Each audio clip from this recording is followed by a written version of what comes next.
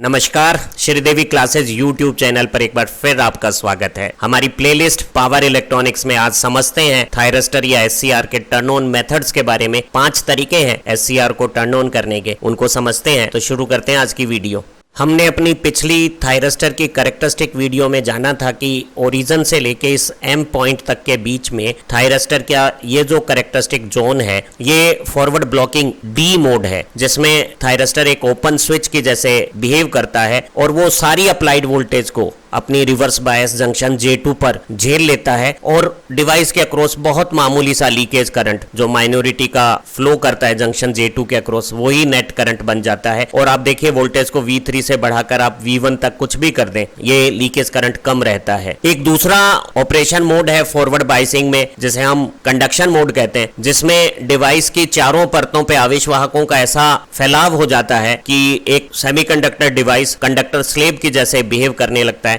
उसके across voltage drop बहुत कम 1-1.5 volt बस रह जाती है और उसकी कैरेक्टरिस्टिक यहाँ इस ब्लॉकिंग एम पोजीशन से एन पोजीशन पे शिफ्ट होकर एन और के बीच में किसी एक जगह पर सर्किट का करंट बना लेती है, जिसका निर्धारण हमारा एससीआर नहीं करता बल्कि सर्किट में लगी हुई सीरीज की वोल्टेज और सीरीज का इंपीडेंस करता है। ये जो थायरिस्टर की कैरेक्टरिस्टिक का ब्लॉकिंग मोड से इस कंडक्शन मोड, जिसे हम टी मोड भी कहते हैं, उसमें शिफ्ट को हम ट्रिगर ऑफ थायरिस्टर कहते हैं। और हमारे थायरिस्टर को टर्न ऑन या ट्रिगर करने का मतलब है कि एक ओपन स्विच जैसे ब्लॉकिंग मोड के थायरिस्टर को क्लोज स्विच जैसी कंडक्शन स्टेट में पहुंचा देना। ध्यान रहे ये दोनों स्टेट स्टेबल हैं और रिवर्सिबल हैं। जैसे हम ब्लॉकिंग से कंडक्शन में आए हैं, हम कंडक्शन से वापस ब्लॉकिंग में आ सकते हैं और लगातार ब्लॉकिंग में रह सकते हैं और लगातार कंडक्शन में रह सकते हैं। पर अभी बात करते हैं कि एक ब्लॉकिंग से कंडक्शन में जाने के टर्न ऑन मेथड्स 5 हैं, जिसमें एक है फॉरवर्ड वोल्टेज बढ़ाकर अगर हम वोल्टेज को ब्रेक ओवर वोल्टेज तक कर देते हैं तो डिवाइस टर्न ऑन हो जाएगा। एक दूसरी स्थिति है जिसमें हम गेट पे सिग्नल देकर टर्न ऑन करते हैं। तीसरे केस में हम इस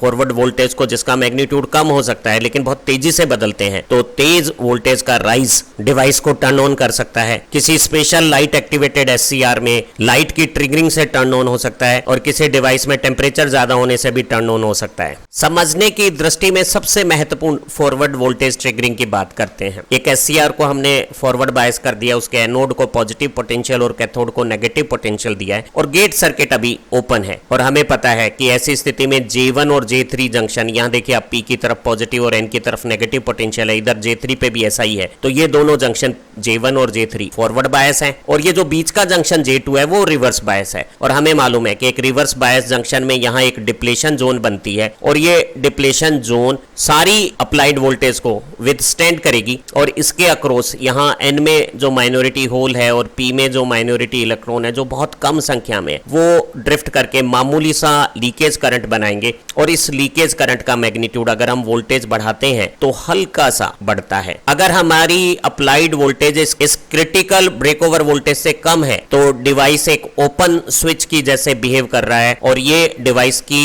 ब्लॉकिंग मोड है। इस ब्लॉकिंग मोड में J2 जंक्शन सारी वोल्टेज को विथस्टैंड कर रहा है और मामूली लीकेज करंट डिवाइस का करंट बन रहा है। लेकिन अगर हम करंट को बढ़ाकर एक लेवल M लेवल पे, लैचिंग लेवल पे ले आते हैं और वोल्टेज एक critical break over voltage level पे आ जाती है, तो यहाँ डिप्लेशन जोन में स्ट्रॉन्ग पोटेंशियल का इलेक्ट्रिक फील्ड और बढ़ा हुआ लीकेज करंट के कैरियर नंबर्स एक इंटरनल रीजनरेशन का फिनोमिना करते हैं और जंक्शन J2 में अचानक एक ब्रेकडाउन, अवलांच ब्रेकडाउन घटित हो जाता है। वो वोल्टेज जिस पे ये ब्रेकडाउन होता है उसे हम फॉरवर्ड ब्रेक ओवर वोल्टेज कहते हैं और जिस करंट लेवल पे लीकेज करंट के बढ़ने से ये होता है उसे लैचिंग करंट लेवल कहते हैं। डिवाइस की फॉरवर्ड बायस कंडीशन में जब एनोड पॉजिटिव हाई पोटेंशियल पे और कैथोड नेगेटिव पोटेंशियल पे है तो J1 और J3 जंक्शन तो पहले से फॉरवर्ड बायस हैं और सारी अप्लाइड वोल्टेज यहाँ रिवर्स बायस जंक्शन J2 पे एक स्ट्रॉन्ग इलेक्ट्रिक फील्ड इस लाल एरो की डायरेक्शन में, रेड एरो की डायरेक्शन में एक स्ट्रॉन्ग इलेक्ट्रिक फील्ड बनाती है और इस इलेक्ट्रिक फील्ड में इस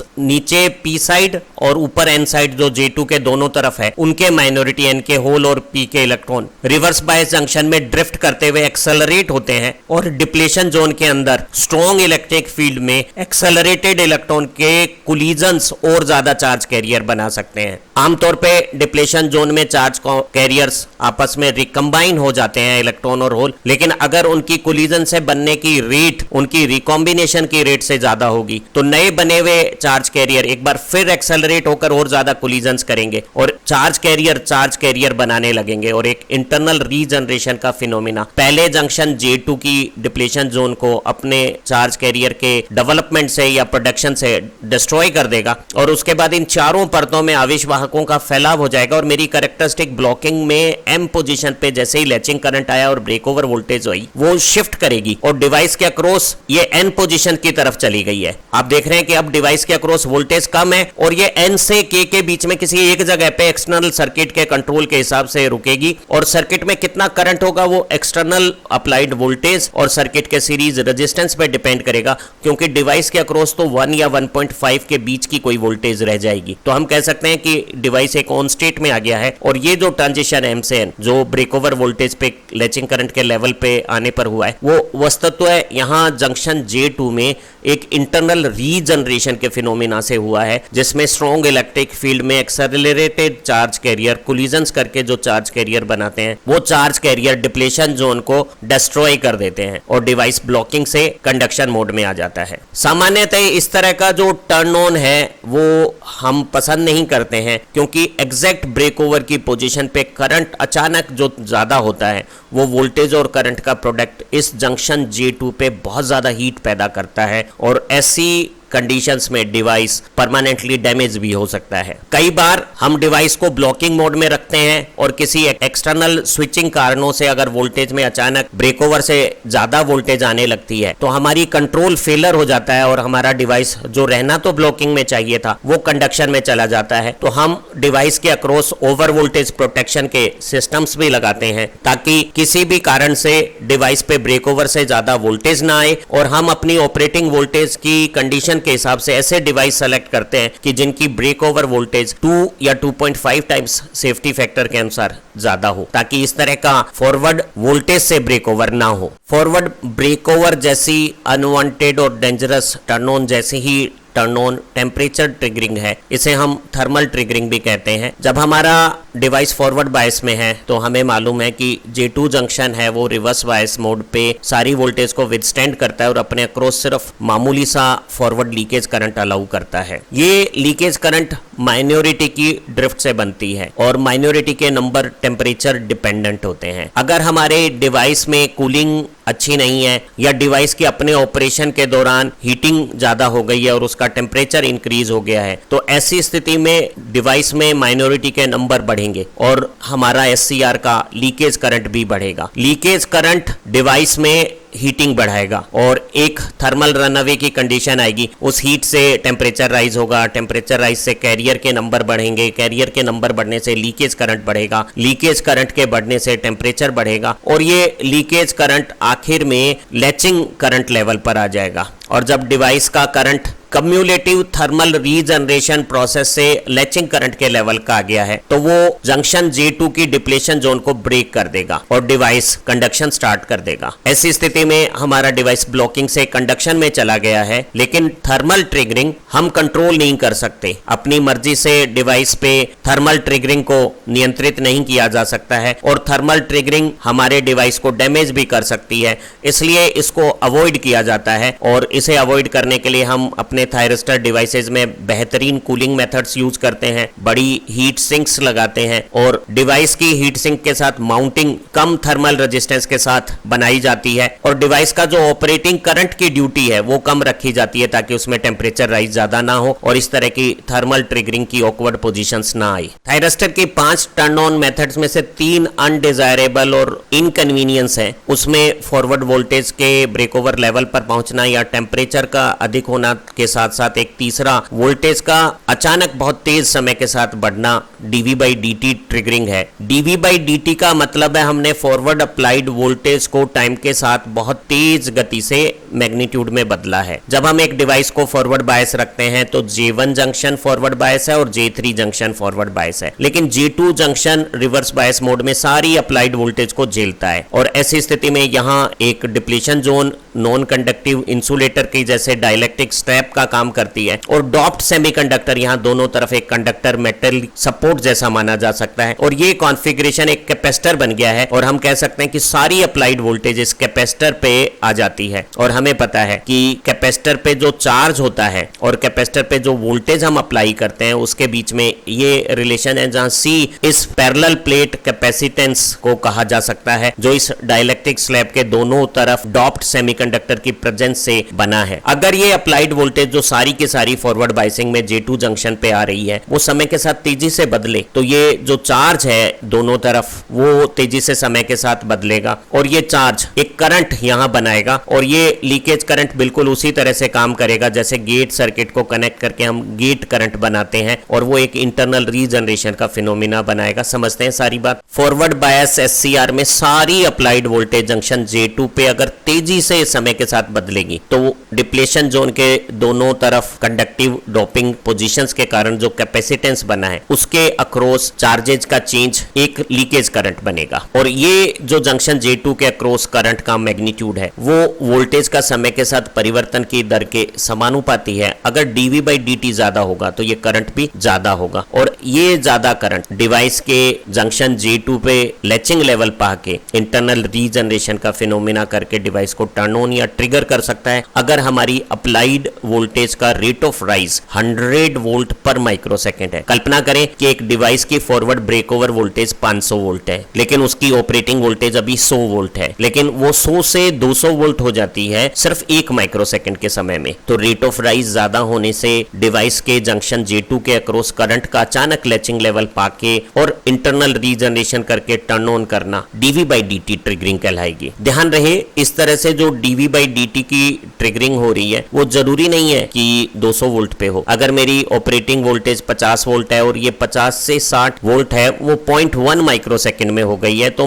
आप पाएंगे कि उस चेंज के दौरान भी डिवाइस टर्न ऑन या ट्रिगर हो सकता है। हम एक SCR को फॉरवर्ड ब्लॉकिंग मोड में चाह रहे थे, अप्लाइड वोल्टेज भी ब्रेकओवर से कम थी, टेम्परेचर भी कंट्रोल था, गेट पे भी कोई सिग्नल नहीं दिया गया था लेकिन अचानक किसी स्विचिंग एक्शन से वोल्टेज में एक लिमिट से ज्यादा रेट ऑफ राइज हुई और हमारा डिवाइस टर्न ऑन हो गया, वो ब्लॉकिंग से कंडक्शन में चला गया। ये हमारी कंट्रोल स्ट्रेटेजी की फेलर हो गई है। इस तरह के स्पूरियस अनवांटेड टर्न ऑन को रोकने के लिए हम डिवाइस के अक्रॉस dV/dt को लिमिट करते हैं और इस लिमिट के लिए एक R और C का सीरीज कॉम्बिनेशन बनाया जाता है और इस RC सीरीज कॉम्बिनेशन को SCR के पैरेलल लगाया जाता है और इस तरह का जो ये प्रोटेक्टिव सर्किट जो डिवाइस में फॉल्स dV/dt टर्न ऑन को रोकेगा उसे हम स्नबर सर्किट कहते हैं और हमारी परीक्षाओं में स्नबर सर्किट के बारे में प्रश्न आते हैं। इसके बारे में कभी अलग से भी हम चर्चा करेंगे। तो स्नबर सर्किट एक R और C का सीरीज कॉम्बिनेशन है जो एक SCR के पैरेलल में हम उसे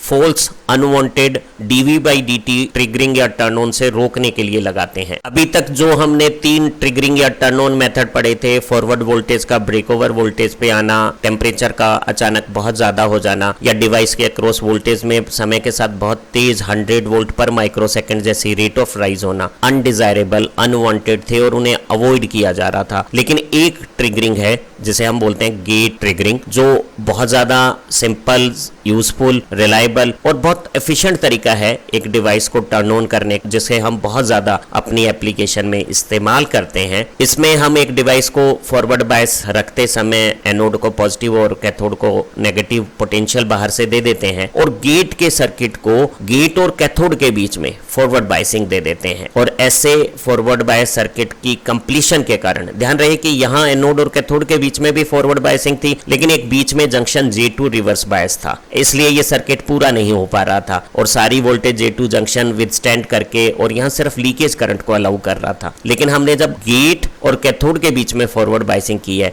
तो यहाँ एक गेट करंट का फ्लो होने लगता है। हमें पता है कि एक फॉरवर्ड बायस जंक्शन के अक्रॉस मेजॉरिटी के डिफ्यूजन से करंट होता है और एक SCR की डिजाइन इस तरह से होती है कि उसमें जो आउटर लेयर्स होती हैं, ये N और ये P, इनमें डोपिंग का लेवल ज्यादा रखा जाता है। तो ऐसी स्थिति में क्या होगा, इस डिफ्यूजन में इस कैथोड N लेयर का शेयर इलेक्ट्रॉन मेजॉरिटी का ज्यादा होगा और बहुत सारे इलेक्ट्रॉन यहाँ गेट करंट के कारण इस इनर पी साइड में जंक्शन J2 के पास आ जाएंगे और यहाँ ये इलेक्ट्रॉन एक माइनॉरिटी है और ये माइनॉरिटी इस रिवर्स बायस जंक्शन के अक्रॉस ड्रिफ्ट होगी। तो बहुत सारे इलेक्ट्रॉन जो गेट करंट के कारण कैथोड से पी लेयर में आए हैं वो J2 जंक्शन के अक्रॉस एक लीकेज करंट में इंक्रीज करते हैं। इंक्रीज्ड लीकेज करंट यहाँ एक्सेलरेट होकर कोलिजन से और ज्यादा चार्ज कैरियर बनाता है और अगर चार्ज कैरियर के प्रोडक्शन की रेट कम्युलेटिव रीजनरेशन कर लेती है तो यहाँ डिप्लीशन जोन खत्म हो जाता है। और ये स्थिति गेट करंट लगाने पर तब आती है जब यहाँ हमारा लीकेज करंट एक लैचिंग लेवल पर आ जाता है। तो जब फॉरवर्ड ब्लॉकिंग करंट का लेवल लैचिंग लेवल पर आ गया है, चाहे अप्लाइड वोल्टेज कम ही क्यों नहीं है, हमने जब यहाँ गेट करंट लगाया है तो गेट करंट से ये जो इलेक्ट्रॉन J2 जंक्शन के अक्रॉस एडिशनल करंट बनाते हैं और वो अगर फॉरवर्ड ब्लॉकिंग मोड के करंट को लैचिंग लेवल पे ले आता है तो यहाँ J2 जंक्शन पे इंटरनल रीजनरेशन के घटनाक्रम से ये अवक्षय परत खत्म हो जाएगी। गेट करंट के कारण जो इलेक्ट्रॉन कैथोड से पी लेयर में आकर J2 जंक्शन के अक्रॉस लीकेज करंट को बढ़ाते हैं वो यहाँ एक्सेलरेट होकर कोलिजन करके इंटरनल रीजनरेशन करके और ज्यादा चार्ज कैरियर बना के पहले J2 जंक्शन को जो डिप्लीशन जोन बनी हुई है उसे डिस्ट्रॉय कर देते हैं। J1 और J3 ऑलरेडी फॉरवर्ड बायस हैं तो इस डिवाइस के अक्रॉस बहुत तेजी से करंट फ्लो शुरू हो जाता है और हमारी कैरेक्टरिस्टिक यहाँ ब्लॉकिंग मोड से वो बिना गेट करंट पे M पे और किसी एक गेट करंट पे जो कम है तो वोल्टेज V1 के साथ, और अगर मैं गेट करंट बढ़ाता हूं तो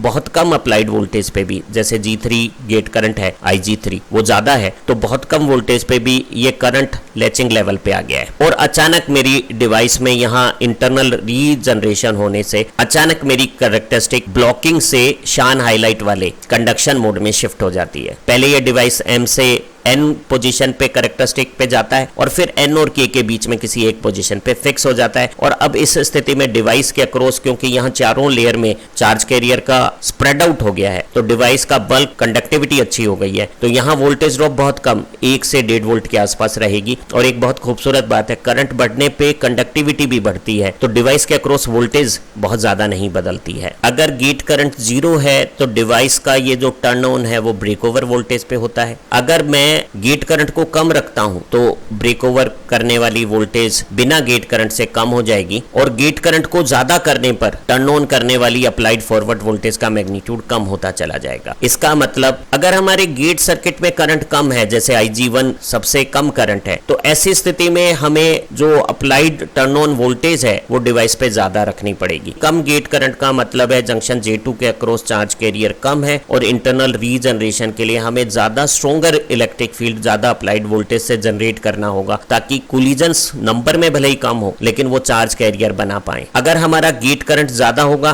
तो ज्यादा चार्ज कैरियर को हम एक कम मजबूत इलेक्ट्रिक फील्ड से कम अप्लाइड वोल्टेज से भी टर्न ऑन या ट्रिगर कर सकते, क्योंकि ज्यादा नंबर के चार्ज कैरियर इंटरनल जनरेशन को लेस एक्सेलरेशन से भी मैनेज कर देंगे। तो हम समझ सकते हैं कि अगर हमारे गेट करंट का मैग्नीट्यूड IG1 की बजाय IG2 या IG ज्यादा किया जाएगा तो टर्न ऑन या ट्रिगर के लिए हमें जो वोल्टेज कम करंट पे ज्यादा चाहिए थी वो ज्यादा गेट करंट पे कम चाहिएगी। अगर हम गेट करंट के मैग्नीट्यूड को बढ़ाते हैं तो ट्रिगर या टर्न ऑन करने के लिए आवश्यक वोल्टेज का मान बिना गेट करंट के, यहाँ जो ब्रेक ओवर वोल्टेज है थोड़ा करंट पे ये V3 है, ज्यादा गेट करंट पे ये V2 हो गया और बहुत ज्यादा करंट पे ये V3 सबसे कम हो गया है। लेकिन ध्यान रहे अगर हम गेट करंट को लगातार बढ़ाते जाएंगे तब भी हमें एक मिनिमम फिंगर वोल्टेज की आवश्यकता होगी ट्रिगरिंग या टर्न ऑन करने के लिए। एक गेट करंट के मैग्नीट्यूड को बहुत ज्यादा कम करना सेफ या रिलायबल टर्न ऑन या ट्रिगरिंग नहीं कहलाएगा, इसलिए गेट करंट की एक मिनिमम मैग्नीट्यूड भी होना जरूरी है। डिवाइस में गेट करंट से गेट सर्किट में हीटिंग होती है तो गेट करंट की एक मैक्सिमम अलाउड लिमिट भी है। हम SCR के फेज कंट्रोल मेथड्स में गेट ट्रिगरिंग से टर्न ऑन प्रोसेस को यूज करते हैं और ऐसी कंट्रोल एप्लीकेशंस में हम गेट सिग्नल को AC सप्लाई के साथ सिंक्रोनाइज कर लेते हैं। एक बार गेट सर्किट में करंट के कारण हमारा डिवाइस लैचिंग करंट लेवल पर आ गया है और सेल्फ लैच्ड हो गया है तो ज्यादा गेट करंट है तो कम अप्लाइड वोल्टेज पे भी डिवाइस टर्न ऑन या ट्रिगर होकर जब कंडक्शन मोड में आ गया है तो अब हम अगर गेट करंट को हटा भी देंगे तो डिवाइस हमें कंडक्शन मोड में ही काम करता हुआ मिलेगा। लेकिन अगर हम गेट करंट की ड्यूरेशन को घटा देते हैं और डिवाइस लैचिंग करंट के लेवल पे आने से पहले ही गेट करंट अगर हटा देंगे तो हमें डिवाइस वापस ब्लॉकिंग मोड में मिलेगा। इसलिए ये जरूरी है कि हम सफिशिएंट गेट करंट अप्लाई करें और उसका एक सफिशिएंट ड्यूरेशन हो, ताकि हमारा जो फॉरवर्ड ब्लॉकिंग करंट है वो लैचिंग लेवल पे आके डिवाइस कंडक्शन मोड में सेल्फ लैच हो जाए। तो हम कह सकते हैं कि लैचिंग करंट वो मिनिमम वैल्यू है ब्लॉकिंग मोड में डिवाइस के एनोड करंट की, जो हमें प्राप्त कर लेनी चाहिए टर्न ऑन प्रोसेस के दौरान, ताकि हमारा डिवाइस ब्लॉकिंग से कंडक्शन मोड में आ जाए और इस लेवल से पहले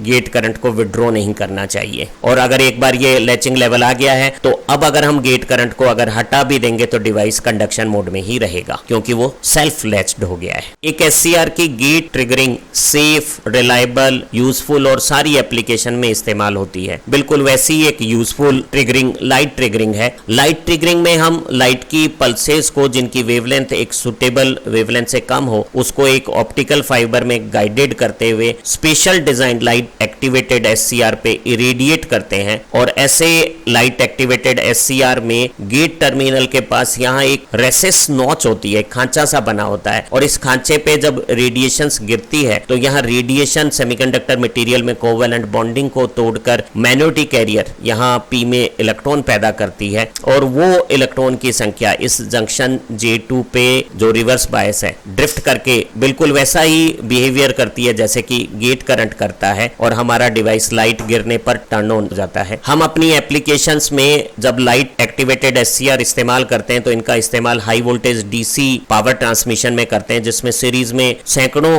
थायरिस्टर्स को एक साथ टर्न ऑन करने के लिए हम यहाँ हल्का गेट करंट चलाते हैं जो टर्न ऑन वैल्यू से कम होता है, लेकिन एक साथ सब पे लाइट की इरेडिएशंस करते हैं, और लाइट के इरेडिएशन से जो एडिशनल गेट करंट फिनोमेना बनता है वो सारे डिवाइसेस को एक साथ टर्न ऑन कर देता है, जबकि उनके गेट सर्किट अलग अलग पोटेंशियल पे होने पर भी लाइट की जो इंसिडेंस है वो इलेक्ट्रिक पोटेंशियल के डिफरेंस से प्रभावित नहीं होती। साइमल्टेनियस टर्न ऑन सबका एक साथ हो जाता है। आज की इस वीडियो से आपको टर्न ऑन मेथड्स अच्छी तरह समझ में आ गए हैं। अगली वीडियो में टर्न ऑफ कम्यूटेशंस के बारे में जानेंगे और टर्न ऑफ और टर्न ऑन के ट्रांजिएंट कंडीशंस के बारे में चर्चा करेंगे। आप हमारी इस प्लेलिस्ट की सारी वीडियो देखकर इस विषय को मजबूत बना लें। आप अच्छा पढ़ें, तरक्की करें। Have nice time. और इस वीडियो देखने और इसे प्रमोट करने के लिए एक बार फिर आपका बहुत बहुत धन्यवाद।